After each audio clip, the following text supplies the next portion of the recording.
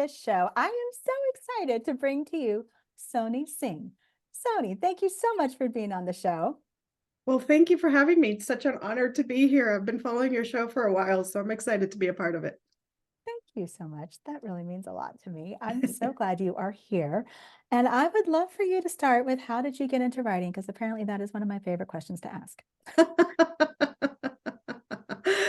Well, I could say that I was writing or have been writing my whole life. It's just I didn't dedicate myself to writing until after I turned 40.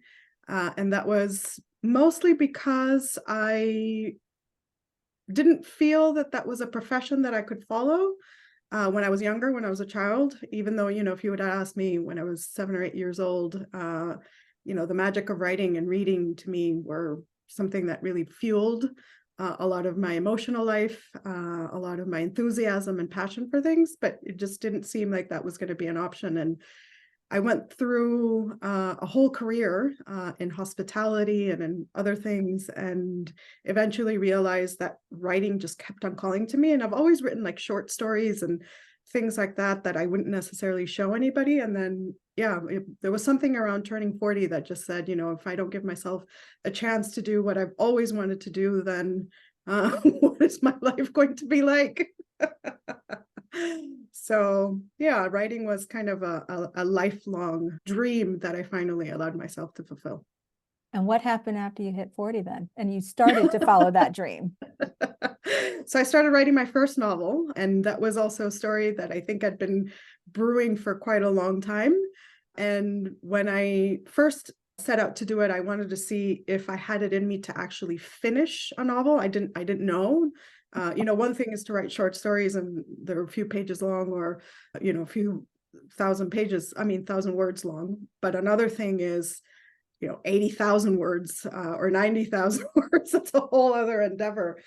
And so that's what I did. I started writing the first novel, Lonely Dove, and it went through so many iterations. It was such a learning process because even though this is something that I wanted to do, I wasn't an English major, or I didn't really take any writing courses. And so that was also something else that I started to do, was take writing courses and hire coaches and editors and all of that. And I think the book probably went through 12 drafts before it saw the light of day. Yeah, So but yes, it came out last year. but to your point, you know, what you've hit on is that there's a sense of perseverance with that. And to your point, it can feel daunting to say, okay, I want to write this book, whether it's 20,000, 50,000, 100,000, whatever it is. You understand conceptually that's a lot of writing, that's a lot of thought to construct a story or construct characters, or if it's nonfiction, it's constructing a message and a transformation essentially for your reader. But fiction does that too by giving you the escape and the characters going through changes. But, so to your point about the perseverance and to keep showing up, learning, staying with the drafts. So even though you wrote a draft, you said possibly 12 iterations. How did you keep your motivation going when you've done this first draft and then you realize there's more? Or maybe after the sixth draft, you were like, another one? Or the seventh draft, you're like, really, another one? So would you talk through that a bit? I think it was just a bigger desire to know that this is a story that I wanted to get out. Somebody had told me early on that you really must like the story that you're writing because you're probably going to live in it for a very long time. And I did. I really felt connected to the story. I think because it'd been brewing me for so long that I thought if I don't give myself the opportunity to get the story out there, even if I don't sell, like I don't, at that point I wasn't really concerned about it. It was just I need to get the story out, and even if only one person reads it, then I fulfilled my purpose with it. But it was something that was just deep inside that kept on telling me I need to continue working on the story. I also really wanted to know, is this something that I could do long term? And if I didn't do it right with this first novel, then I don't think I would have been able to make that decision to do it long term, because now I'm a full-time writer. And so it was almost something that I also needed to prove to myself, that I had it in me to do this, that I had it in me to do this for the long run. And since I said, I wanted to be a writer since I was a child and just didn't give myself the chance to do it, there was this whole entire impetus of, no, I must really do this. Otherwise I'm doing the wrong thing. And so I persevered. I wanted to make sure that I got the best story out there that I could write. And that's what kept on motivating me to continue. So how did you know when you needed to enlist more help versus saying, no, it's really ready now? I've really done everything I could. I really am good with this versus saying, I think I need to work with another editor, or I think I need to work with a coach, like you were saying you did. How did you discern when you needed to enlist somebody else's help and when you said, I don't need to do that right now. I'm ready to really take that, move past the writing process, and maybe the help is the formatting or the cover design, but not the help of writing. How did you know? There were a couple of things. One, just being an avid reader myself, I knew that there was still work that I could do to improve the story. I just sometimes didn't know how, because even though you might read somebody else's book when it's your own, it's harder to have that judgment of, yes, this is good or that is not. Or even if for instance, I was struggling with dialogue, how do I improve the dialogue? Well, I don't always have the answer. And so if I knew that there was something that could be improved, but I didn't have the answer, then I would seek help. But I also had a lot of people as beta readers throughout the process. And that to me was also instrumental, because it's one thing for you to judge your own writing. It's another thing for somebody else to do it. And sometimes we get really attached to our own words, but somebody else doesn't have that attachment. And so that was also very beneficial, because people would come back and say, no, and I should clarify, I tend to overwrite. I write too much and then eventually I have to cut down. And so sometimes the feedback that would come back was, I lost track through all of these sections, or I feel that this is what you're trying to say, but it's not clear. And so then I knew that I needed more work into the manuscript. I never really did feel that it was ready. Okay. The sense that I think there was a lot of insecurity, just being the first novel that I was putting out there. And so that last portion to say, okay, we're finally done, came mostly from my editor to say, Sonee, it's time.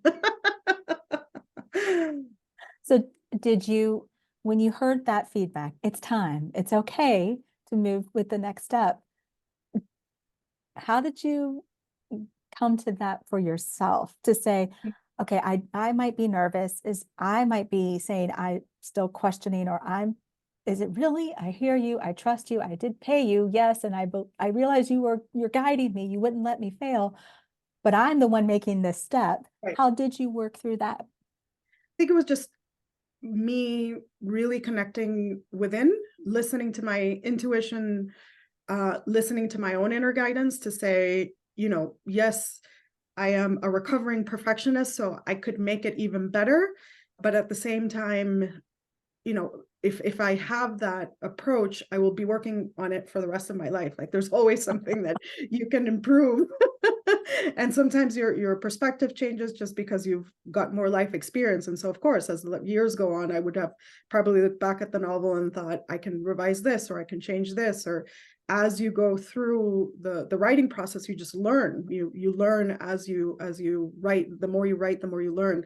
And so I could go back and revise, but it got to a point where inside I felt at peace with it. It's my first novel. It was something that I needed to put out there. And sure, even now, if I were to look at it and read it, I'm pretty sure I'd turn around and say, oh, I could edit this or change that. But I just needed to honor that that's where I was at that time.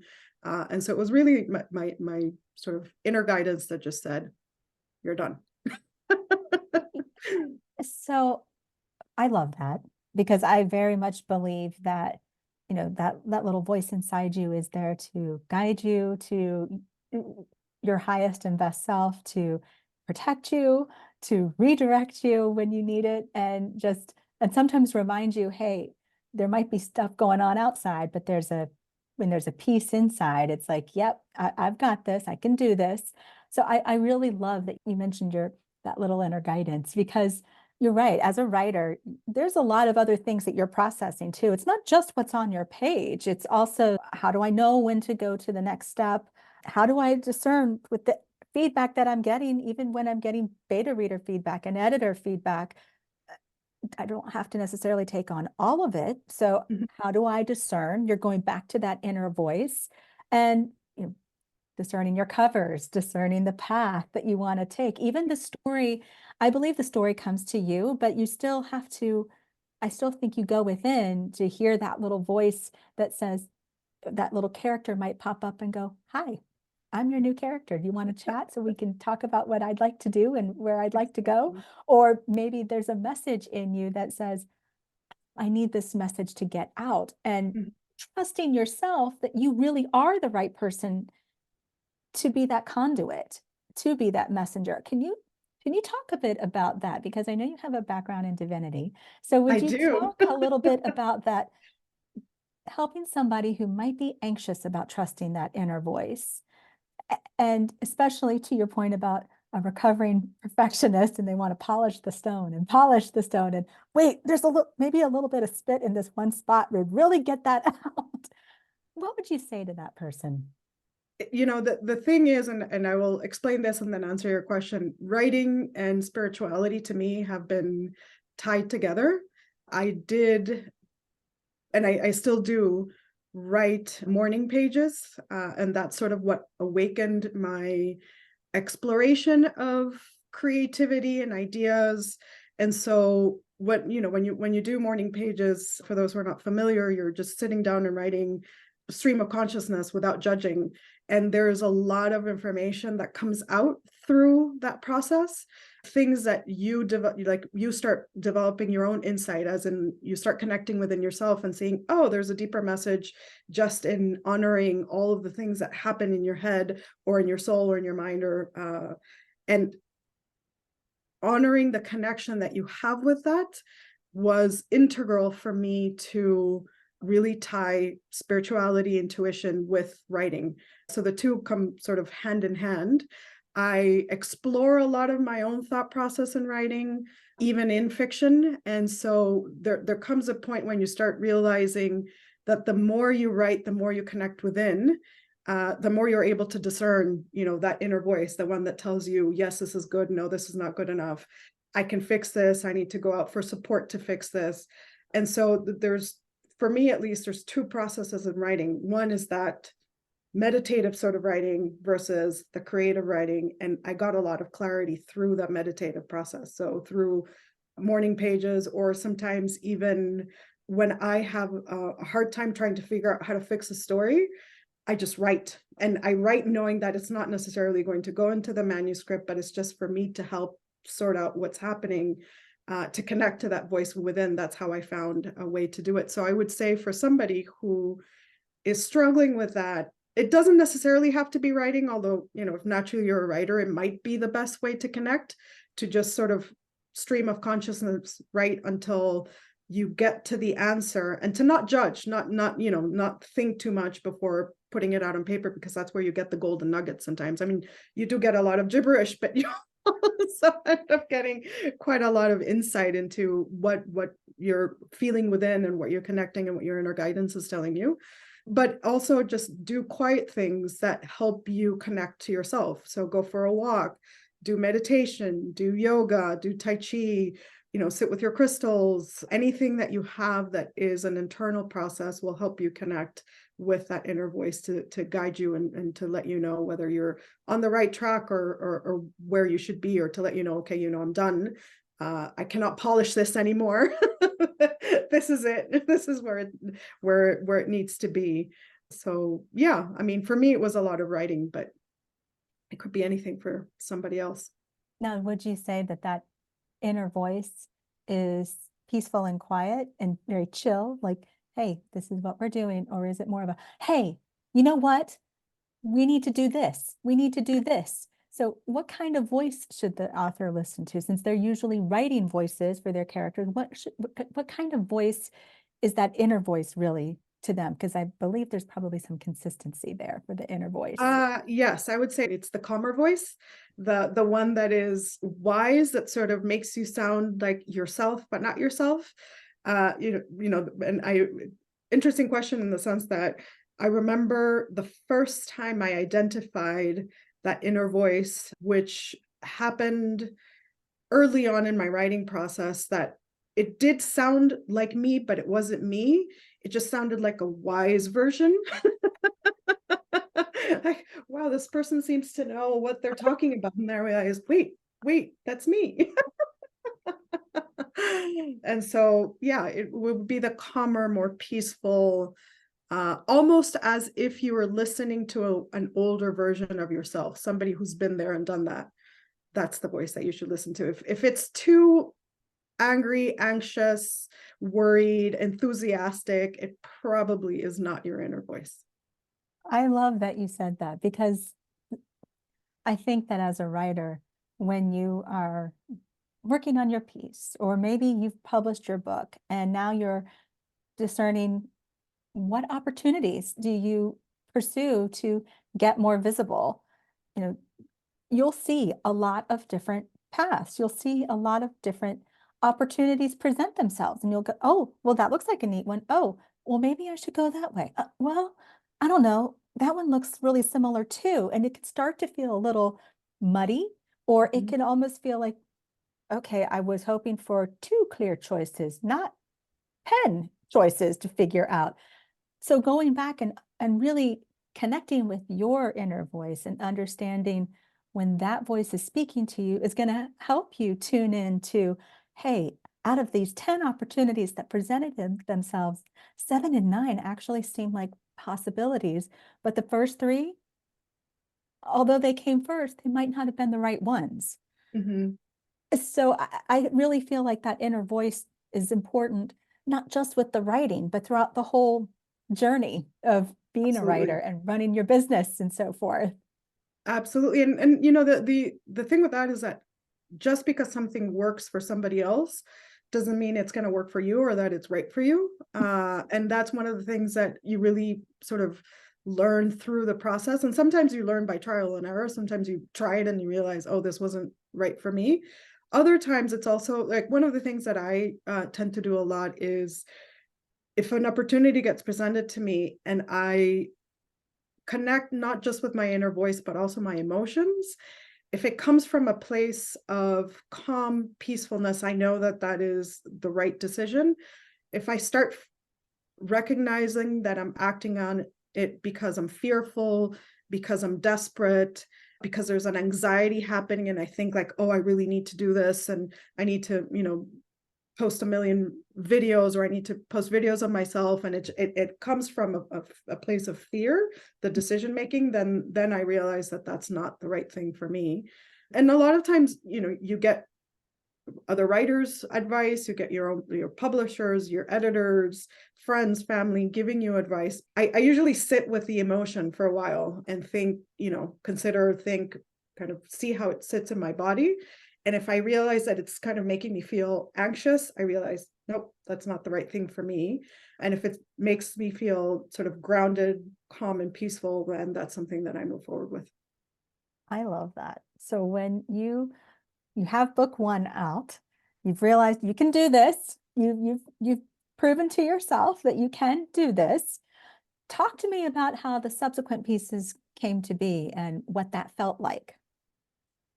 It was very contrasting in a way because book two, the novel Can You Be, that came out actually in August, that one I started writing in November a year ago. And so whereas Lonely Dove took me 5 years, Can You Be took me less than a year. And by then, and I had already honed in on my inner voice, my guidance to say, this is the story that I wanted to write. And so, for instance, Can You Be is very much an underdog story in a way.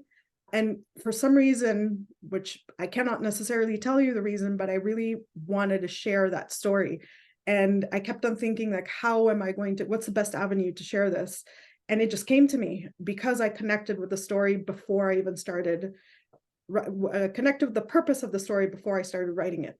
Whereas Lonely Dove, which was my first novel, was very much about me proving something to myself. So I think I struggled a lot more with it than I did the second one. By then, I think I had already accepted, okay, this is what I'm going to do. And so the insight that I had for it came a lot more easily. I was more discerning for the second novel than for the first one. And you've also written poetry. So how does Yes. that kind of fit in with the writings that you've done? Because what I hear you describing and what you said earlier is that how writing is it's very spiritual. And I would agree with you there. So I'm curious, how does the poetry fit into this picture of not just the practice, but also it's a form of within your business. So it's multiple uh, avenues, if you will, you books and poems and such. So talk to me about how they were kind of coming up. Well, poetry was something that I never thought I would write, whereas I set out and wanted to write stories and novels and fiction. I did not think I had it in me. I've always been an avid reader of poetry and I've loved it, but I didn't think I had it in me to be a poet. And it came through when the lockdowns with COVID started. I was living alone at the time. And I really, during that time, relied on that morning pages and the meditative writing. And I reflected a lot on myself, where I was in life at that time. It really was an introspective time, I would say. And I realized that as I was writing, a lot of the words I was using or the phrases were sort of lyrical in a way. And then I did this experiment to try to take them out into sort of, instead of, paragraph, I would start writing them out into like stanzas. Mhm. And that's when I discovered, oh my God, I'm writing poetry. I love it. I love And it. so it was honoring that creative process that was coming, in a way you can say naturally, but in a way it was in honoring that inner voice. And so for me, the poetry is very personal. The fiction is my ability to, come up with different characters, explore new people, see who's coming through, these people who show up and say, oh, write about me and call me this and give me this personality. Whereas the poetry is me exploring myself, and honoring that exploration. I did start sharing poetry before I even started sharing any fiction, because at the time that I started writing it, I realized that I could connect with it and have other people connect with it on social media, which was a very interesting discovery, because at first I thought like, oh, I'm just going to share some poems and some thoughts and just see what happens. And a lot of the feedback that I got was, I feel like you're writing about my life. That's what people would tell me. And I'm thinking, no, I'm writing about my life, not your life. But I recognize that that was a way for people to connect with me and my writing in a way that very oddly felt personal to them. Because I think, I mean, beauty in reading any kind of writing is that you as a reader connect with it and associate your own life experiences. And that's part of what reading and writing is all about. You as a writer write your story, but how it gets interpreted is in the hands of the reader. And poetry to me was one of the ways that I discovered that, but also that enabled me to connect more with people at an emotional level. And so it's really fascinating that I get a lot of feedback from those who read my poetry, who say that they connect with what I'm saying in a way that relates to their lives. And I think because there are also sort of short snippets, it's easier for people to read, even if you're scrolling through social media, or I post a lot of poetry on Medium and on my website. And so it's just a flash that people don't have to necessarily engage for a long period of time. It's a short thing that they can connect with. But it also, to your point, shows another aspect of you, where if they've met you through the poetry and it resonates, then there's a likelihood that the characters you've created in fiction, albeit I get fiction, but fiction has a beautiful way of helping you see yourself also. It can take you on a journey. It can help you have introspection, just like if you're reading memoir or any other kind of piece, but it can do the same type of thing. So I think it's neat how the two different, although genres are happening, and I mean, the readers may be different, but in the same breath, there's a lot of commonality there where they could easily blend over and kind of say, well, you've written this. I'd be interested in reading, whatever the other is that I haven't read, and vice versa. So I think that's really cool that you've done that. Absolutely. And it's interesting also that, yes, even though fiction, you're quote unquote making it up, it's still you, it's still a part of you, it's still your perspective, it's still how you're viewing that character. I do put a lot of me in the writing, whether it's places that have been, conversations that I've had, not in those same contexts, not with those same people, but it's still me coming in through my writing. So one of the questions that I get asked a lot is, are my novels my own life story? And they're not. But if somebody knows me well and they read the books, they feel like, oh, I feel like I'm reading a part of who you are. And I think that's just part of writing. I mean, when we're putting any kind of creation on the page, you are putting a part of who you are on that page. And so it's you can't run away from it. It's still you. Yeah, but there's also that vulnerability when you're really pushing your writing too. You are feeling vulnerable with what you have, in some ways, what you've written, so or what you've created.